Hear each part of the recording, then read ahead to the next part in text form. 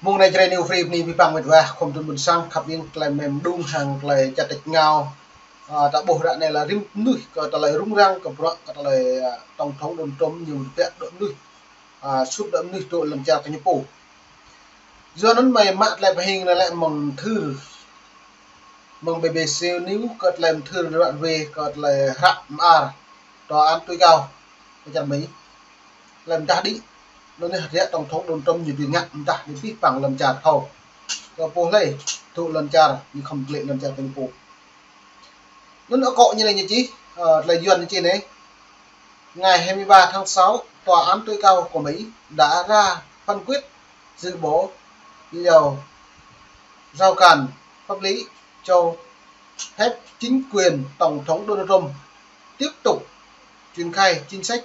trục xuất người nhập cư bất hợp pháp sang các nước quốc gia thứ ba không phải là quê hương của họ. Giờ nó tạo bộ cực lại tung lùm những bạn đã bổ làm mình lại này cô phát cái đi phun tầm yếu bơi lần chào Mỹ tầm yếu càng trục xuất thị tùm lộ trộn lần chào Mỹ với đã đặt vào mình các tòa luật pháp lý bình nuôi là nhà sát này bình nuôi là chồng tiền ra đoạn đang là ngã này ạ đa đoạn cật lại lần lá đa đoạn được chọn lại đáo lúm đà đoạn lần chào này nhưng bạn lại tôi đặt được lăng mà sẽ cả được ta lệ tổng thống đồn trùm như ví dụ xăm này nhiều lâu như cái đạp rộng đùng cái này nhú xem tí bằng này thật đấy nhập cư này vừa đây mong quay neo lại vì bóng này neo 25 a này đại nhiệt độ lao trà rằng một càng lệ làm chặt cái phụ đối với trà Mỹ lại nhiều chum nổi nhiều frame nổi nhiều chem nổi xăm một nhiều chum nhiều frame nhiều chem lại tơ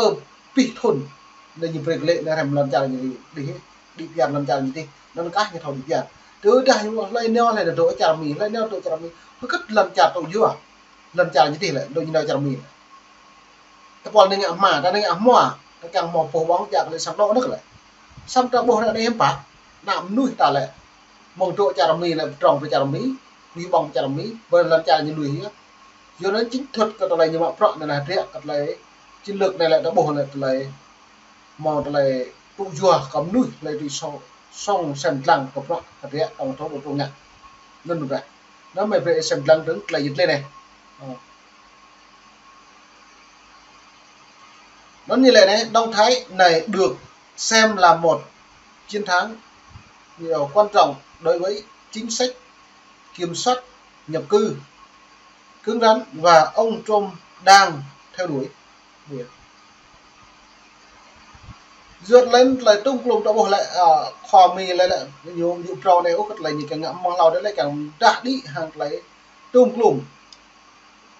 cặp rắc lại kê cả tập hiểm nuôi lên từng lần chặt bởi những không lệ lần chặt như này nó như này là phân quyết trên đường đưa ra nhằm nhập cư đập lại đơn kháng cáo khẩn cấp của Bộ Tư pháp Mỹ yêu cầu hủy bỏ lệnh điều tạm ngưng thi hành chính sách giờ thẩm phán liên bang mình mau đã bột lại được nhiều ngạn này bùng mau lắm bằng pol mà pro còn ta lại càng bu pre hữu còn ta lại hiện lại xuất thị trình ly tan sang đó bởi đã trình một kẹo đội vừa lần trả cô bởi cả một lần người ta về lệ một lần trả trình làm gì cái xong hiện trong thống đồ trồng như là bị đó nữa trình nhiều làm nách cái này hiện lần trả bay tự chọn lần trả các nhiều màu thế ta như nước đủ bởi đây nhật lạc đi break nhiều một là sót là đó chỉ do Mỹ lại đã bổ mong đừng đã lao đi nhiều một sót là phiền như vậy nhiều sót là phiền nước này trong nước khác cái bộ đừng nước này trong nước khác tâm trí như là lễ nước Mỹ xâm lược bên nước Mỹ sót là phiền nó nhớ là lệ lào thì là nhiều rút quân bây giờ rút quân nhiều thôi như rút quân một nước Việt Nam lại như rút quân nhiều cái sót là phiền quốc tế hiệp định Paris duyên nó hai này trong nước Mỹ lấy những màu lung lại các lại lệ lại so làm pleu nhưng phải nhầm mà từ đây cha bay càng một lần nghe như cầm trụ lần cha là nhiều nó một lại rung lên nhiệt tụ cha răng lên nhiệt một lại thâu để em lui lệ sử dụng sản độ lần bài cha là nhiều phủ lên những lệ lần cha là nhiều phủ dah một lại rung một lại nhiều rung này thì mong nó nhiều bị can thiệp cái là lạc đi thua phục không này tôi đặc biệt là bộ là tôi đã này đã bố em bạn 7 lần chào cả đi đi đi đồng nam á ta mò thua bộ vậy nè vậy nè ta em bạn lần chào tập bộ đề gà đã lên tướng hàng duẩn vừa lần chào Trung Quốc mấy lần chào Trung Quốc lại như giáo người không nghĩ hàng chính quyền đúng không hoặc là hơi người không nghĩ lần chào như phá mất lại kịp phá đéo dưới đất lại này lại tị nạn lấy nạn bây giờ Mỹ đồ chung mong là như chung như chèm vẽ lên du về ham bể còn lại bộ mặt xong nó rút thôn nhập trả lại nhưng bạn lệ lần trả lần mò lại đặt nặng là nhớ có quyền như trục xuất nuôi không bạn như đấy như không lệ lần trả như đó ra nằm vậy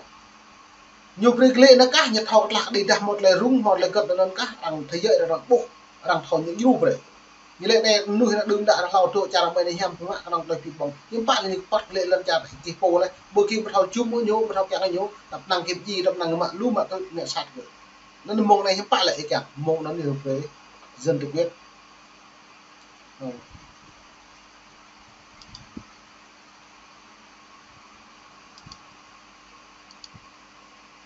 do đó vật vả là đoạn về còn làm thư còn là đoạn về bằng lại pen thế ạ bộ đồ pháp phục kỳ là nhố ngã mất cặp trong thấu đồng trung này nhiều là màn hình là bờ đạn thôi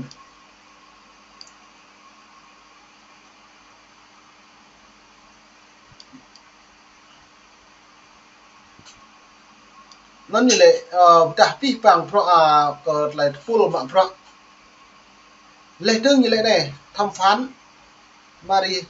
Murphy cho rằng chính sách trục xuất này đã vi phạm quyền lợi của người nhập cư vì họ không được thông báo về khả năng không có cơ hội thực sự nó lại đang trục xuất lại bây giờ là một thông báo là vừa đang thông báo ấy thầu được Mỹ gì nhá lên đặt thông báo lo như vậy nhiều luôn đi gật lại dân giàu tranh trốn rồi gật lại được tập hệ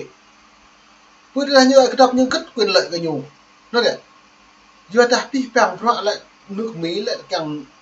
ra với gặp rõ vừa ta nước Mỹ lại xui thôn lại rít trà chắc ta bàn lần là được một để trà Mỹ cái nòng nó mạng rõ Mỹ lần trà Mỹ đúng vừa lần trà như lùi nhưng mà cái nòng ít một nòng doai bằng quạt làm đấy nhưng mà thâu riêng ốc của cái nòng với như bộ nó đã bộ thiệt trong thấu đồng trầm này như càng rim trà là càng thầu của lời phi bằng thầu đi tiền nó mày rồi về nó mệt về không được buồn sang ấy bố lại làm thư còn lại lấy cặp thêm món có buồn sang để gà ra bộ lạ và thầu biến mang lại pian hạt tiếp có rim pol giờ người bạn nào bạn ở chỗ lên từng hạt điện này ví dụ pro này mong nó lúc đơm ở dạng trong này lo này mong bạn nào mong bạn ở chỗ đã cho bạc lệ lần trả tập bộ do hiếm do trả lại tôi đọc độ trả Mỹ mà đặt nào vào ma mà đặt nào tí tự nhập sang 80 phút nó ta hiểu có ma ta đang ngạn lệ ta chẳng một trầm cái nằm dạng lệ sẵn nó buồn lên và đạt tí với nó vào can sẽ là cả dạng lệ sẵn nó ta xong mất lại phiền nuôi ta này em bạn bạn nào vào độ ta lùi á mà tình được là ta lùi sẵn độ ta cái nào sử dụng một cái đang kêu nghe luôn cái sang nước Mỹ lại nhiều ví dụ mình tạt nước Mỹ lại nhiều frame ta như chẳng phê đấy ta nước em trả một lại thầu một nhố này lại bị bia này lại mát này luôn ta thâu lại đội tung tổ phun lại nhiều chức năng mình trục xuất và lần trả lại phố sử dụng lần trả lại đồng đi lần trả lại đóng lại phi bằng đi bia lại đồng nó cắt dập nước thọ khắp của buôn sản nên lưu đã bỏ đằng bỏ cả đồng thống đồng trầm lưu đã bỏ của Mỹ của hem của đi hem lại bị hem được rõ ràng lần trả lại đằng điều nó ý nhắc lại đằng thổ dừa ý đâu rõ ý thâu nhẹ lại đang trục xuất ý lần mò đằng sang đằng nhưng mà ta càng lấy kiếm lần trả mì lẩu nhẹ hay lần trả mì lần trả tài như cậu nhưng mà cậu nó nổi lần trả bay được độ không lừa khu cái lần trả này giống như càng này rim trả hai ba lần là rim trả này một lần một sau được nhưng bộ kéo nó trả này là rung trả thì rung cấp phải một tụ dưa còn là buồn sang thì chẳng mạnh quá chị giờ này là buồn sang nó được đặt lặng bằng lại tiền mang lại phiền quốc tế là mang lại bộ luật dân sự này, bộ luật hình sự này, bộ luật tố tụng này, và là lần tràn Việt Nam này, bộ luật tư pháp của Mỹ này, bộ luật chính trị, bộ luật đất đai này, bộ luật quyền con người này, bộ lúa bọn này, đã thật học yên ta làm trưng nhìn rằng này, còn là bộ luật tố tụng là bộ luật nhân sự, bộ luật nhân dân này, bộ luật bản địa này, hiếm nhiều không màu đi, bộ luật bình đẳng này, trai gái nam nữ trẻ em nhiều màu biết còn lại phiền xăm ta bộ trang lăng ô ta lệ rằng bây giờ pi bằng vợ rằng thông qua luật thế này lại phiền duyệt lại phiền ta tiếp lần là ta không một sẵn nộ ta thâu tạm nửa ta ta hẹp còn giờ nội trước mặt nhiều một lòng nhau thế như lệ xong bây giờ pi bằng vợ đa như lệ ta hiệp bạn chia rẽ này đa như lệ phá hoại này